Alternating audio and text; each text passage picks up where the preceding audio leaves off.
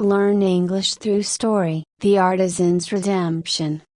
In the heart of the bustling city of Caledon, famous for its grandiose architecture and thriving marketplaces, lived an artisan named Elias. Elias was celebrated for his exceptional craftsmanship in metalwork. His creations, whether delicate jewelry or imposing statues, were in high demand, admired by nobles and commoners alike. Despite his success, Elias harbored a deep discontent. He craved more than just recognition. He desired the respect and adoration that seemed to elude him. This yearning for validation led him down a path of pride and arrogance. He began to believe that his talent made him superior to others and that he deserved to be revered. One evening, a mysterious figure cloaked in shadows appeared at Elias's workshop. The figure introduced herself as Celine, a sorceress known for her wisdom and enigmatic powers. She offered Elias a proposition.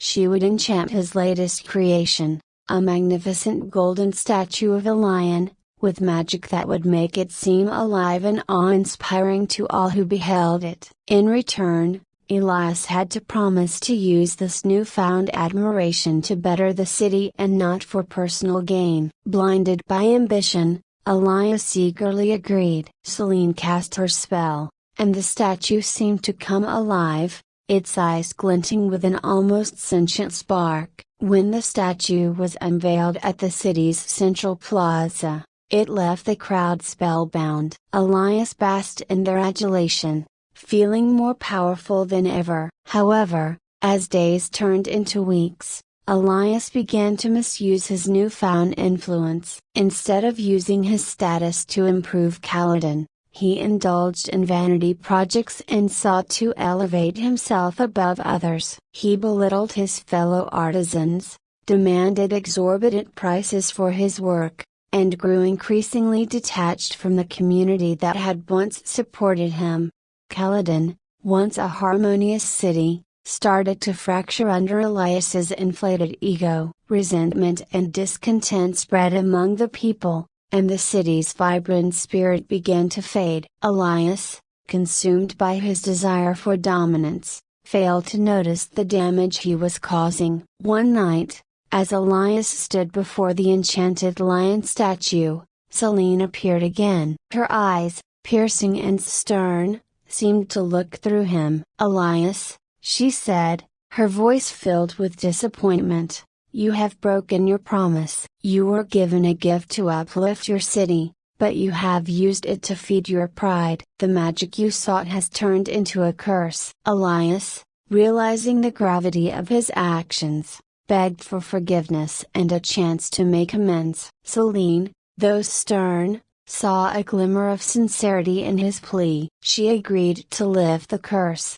but only if Elias could prove that he truly understood the value of humility and service. The next morning, Elias awoke to find that all his works, including the enchanted statue, had returned to ordinary metal. The once glorious lion now stood as a reminder of his hubris. Stripped of his illusions, Elias set out to rebuild his reputation from the ground up. He started by reaching out to the artisans he had wronged, offering sincere apologies and assistance in their work. He opened his workshop to young apprentices, sharing his knowledge freely and fostering a spirit of collaboration. He also dedicated time to community projects, using his skills to create functional and beautiful structures for the public good. Over time, the people of Caledon began to see a change in Elias. His actions spoke louder than his words,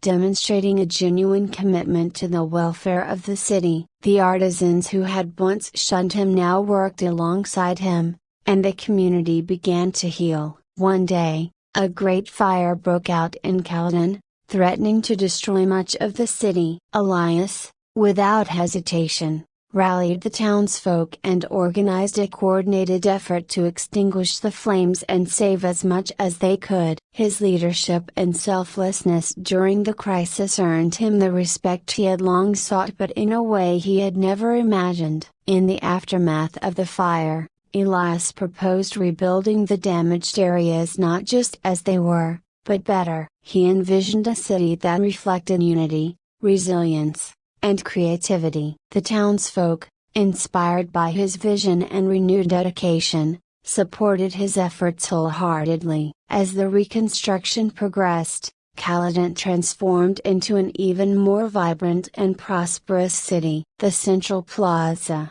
where the lion statue once stood, became a symbol of renewal and hope. In place of the enchanted lion, Elias created a new statuette, a phoenix rising from the ashes, representing the city's rebirth and the enduring spirit of its people.